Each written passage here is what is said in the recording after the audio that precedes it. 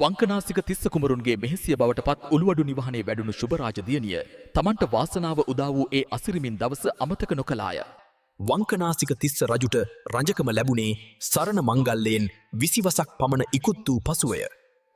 වසර 44ක දීර්ඝ රාජ්‍ය සමය නිමා කරමින් වසභ රජු පරලෝ සැපත් වන විට යුව රජු ලෙසින් ඔහු දීර්ඝ අත්දැකීම් ලබා සිටියේය.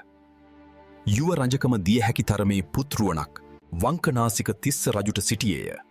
සිය බලවත් පුණ්‍ය මහිමය දුටුමතින්ම පෙන්눔 කළ ගාමණි නම් මොහු මනාව වැඩුණු සවි බලැති ශරීරයෙන් තෙදවත් පෙනුමෙන් සහ නැන නුවණින් යුක්ත වූයේය.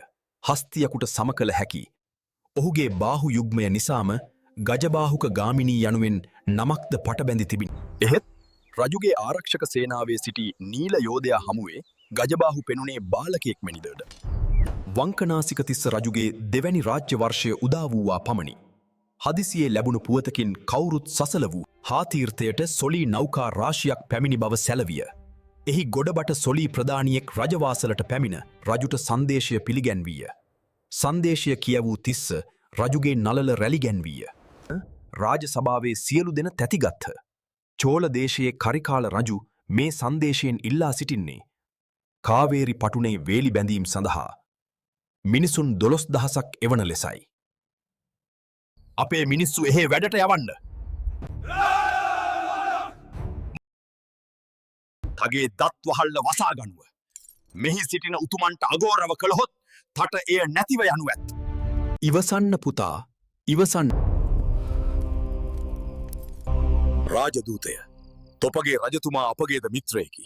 එහෙත් මේ ඉල්ලන්නේ මාගේ දරුවන් සමරට වැසියන්ය. අපගේ තීරණය දන්වා එවන තෙක් නැවට යනු. එතෙක් කිසිවෙක් මෙහි ගොඩ නොබසින ලෙස පරිස්සම් වෙනු.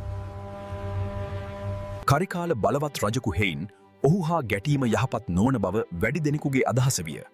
යුද්ධයක් ඇතිවුවොත් 12000කින් ජීවිත හානිය නතර වන්නේ නෑ. රාජ්‍යද අනතුරට පත්විය හැකිය. අපි මිනිසුන් 12000ක් යවමු. ඔවුනට හොඳින් සැලකිය යුතු බවටත්. වේලි බැඳීම නිම වූ පසු වැටුප් සහිතව අපසු එවිය යුතුයද. රජුගේ අවසාන තීරණය පිළිගන්නට කාටත් සිදුවිය. කුමරු කෝපයෙන් දැවෙමින එතැනින් නික්ම ගියේය.